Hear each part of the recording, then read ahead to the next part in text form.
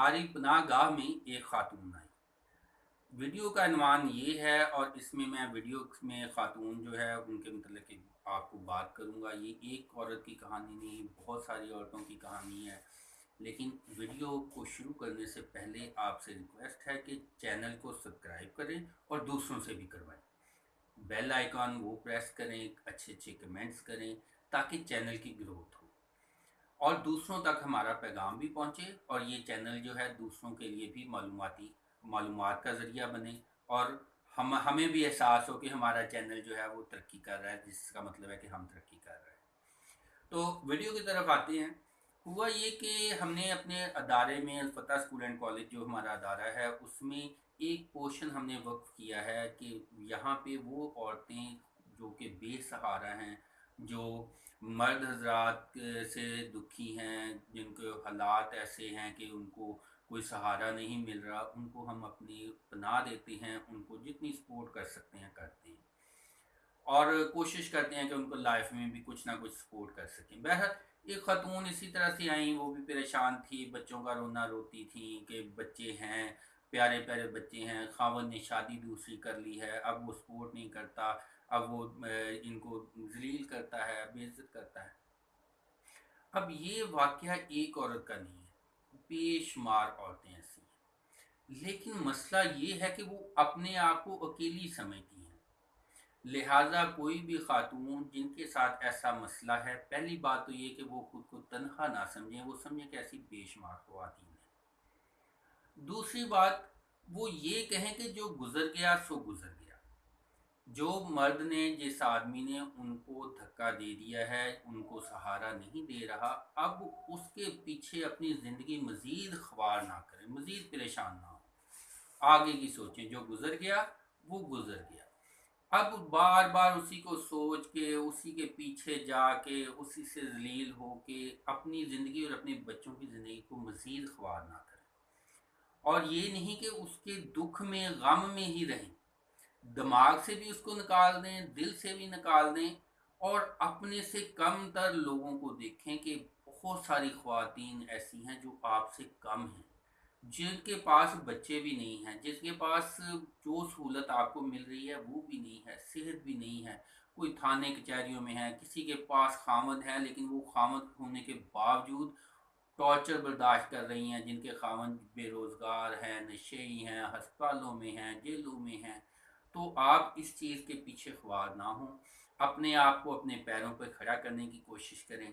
और वालदैन से भी यहाँ पे एक रिक्वेस्ट है कि वो इतने बच्चे ना पैदा करते जाएं कि जिनको सपोर्ट ना कर सकें। हम अधूरे इस्लाम पे अमल करते हैं, अधूरे इस्लाम पे अमल करते हैं कि बस ये तो कह देते हैं कि अल्लाह ताला ने रिज़्क़ का वादा किया हुआ है, लेकिन ये याद रखें कि अल्लाह ताला ने ठीक है रिज़्क़ का वादा किया हुआ है, लेकिन सेल्फ रिस्पेक्ट, इज़्ज़त, अपनी जो उसका एक मकाम, एक रुतबा, एक घर, एक शेल्टर, ये सारी चीज़ें अल्लाह ताला ने ये नहीं कहा हुआ कि आप बस परिंदों जानवरों की तरह ये सारी चीज़ें आपको घर में बैठे सारी चीज़ें साथ में मिलेंगी। बच्चा पैदा हो रहा है, बच्ची पैदा हो रही है, उसके नाम 10 मरले, 5 मरले, 2.5 मरले का मकान लग रहा है, ये ऑटोमेटिक नहीं होता। इसलिए आप इस्लाम की तशरीह अपनी मर्ज़ी के मुताबिक ना किया करें कि बस ठीक है जी, जितने मर्ज़ी बच्चे पैदा करते जाएँ तो अब हमारी तो ज़िम्मेदारी ख़त्म है। आप ज़िम्मेदारी लें, उतने के बच्चे पैदा करें जिनको आप फॉर एवर, जितना आपकी ज़िंदगी है, जितना आप ज़्यादा से ज़्यादा सपोर्ट कर सकते हैं, उनको कदमों पे खड़ा कर सकें। वरना आप इस्लाम पे अमल नहीं कर रहे, अपने आप पर और अपनी औलादों पर, अपनी नस्लों पर जुल्म कर रहे हैं। देखें, इसराइल छोटा सा मुल्क है, आबादी बहुत थोड़ी, फैसलाबाद से भी छोटा मुल्क होगा आबादी के लिहाज से, लेकिन पूरी दुनिया में उन्होंने अपना होल्ड बनाया हुआ है। बच्चों को हमारी तरह नहीं कि बस रोज़ी और रोटी के लिए, नवालों के लिए तरसते हैं, अपनी तालीम बस इस वजह से कि कहीं नौकरी मिल जाए, ये नहीं मकसद। वो तरक्कियों के लिए बड़ी बड़ी एजुकेशन, बड़ी बड़ी कंपनियां, औरतें भी हर चीज़ में, एक्सरसाइज में, खुराक में बेहतरीन खुराक, औरतें हर फन में, कराटे में, असला चलाने में, जदीद तालीम में, हर चीज़ में एक्सपर्ट। तो تو یہ ساری چیزیں کس نے دینی؟ اسلام نے تو یہ کہا ہے کہ آپ ان ساری چیزوں میں آگے بڑھیں، ہم نے صرف ایک ہی کام پکڑ لیا ہے کہ بس بچے پیدا کرنے میں آگے بڑھیں۔ اور آگے کا کیا ہے جی؟ آگے کا سوچنا جو ہے وہ تو لو جی شرک ہے جی، فیوچر کی پلاننگ وہ جی اللہ کرے گا جی، جس نے پیدا کیا وہ خود ہی دے گا جی۔ تو پیدا تو آپ نے کیا، اب نام اللہ کا ذمہ ڈال دے رہے ہیں، ذمہ داری بھی لیں نا۔ تو لہٰذا آپ یہ اس بحث میں پڑ جائیں کہ بس ٹھیک ہے جی عمل جو ہے ہم نے وہ تو نہیں جی، یہ تو اللہ کے کاموں میں دخل اندازی ہے۔ اس کو جتنا مرضی بگاڑنا چاہیں بگاڑ سکتے ہیں، سنوارنا چاہیں سنوار سکتے ہیں، پازیٹیو مانی لیں، اپنی اور اپنی نسلوں کے اوپر زیادہ بوجھ نہ ڈالیں۔ جیسے ایک چنچی رکشہ ہوتا ہے، آپ نے اکثر سڑکوں پہ دیکھا ہوگا، گدا گاڑی کا تو دور ختم ہو گیا، اگر اس کو بھی دیکھا ہو تو زیادہ وزن ڈالنے سے اوپر سے وہ آگے سے اٹھ جاتا ہے، پھر جو بیٹھے ہوتے ہیں ان کو اترنا پڑتا ہے، گرتے ہیں۔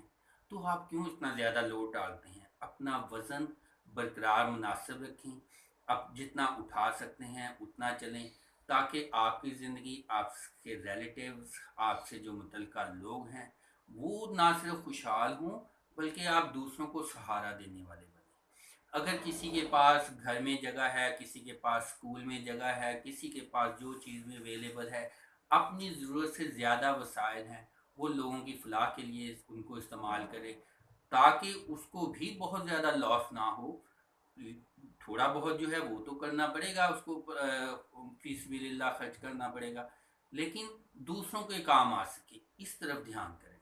تو دعاؤں میں یاد رکھیے گا، اللہ تعالیٰ ہمیں آپ کو سب کو خوش و خرم رکھے، زندگی میں آسانیاں پیدا کرے، اور ہم دوسروں کے لیے آسانیوں کا سبب بنیں۔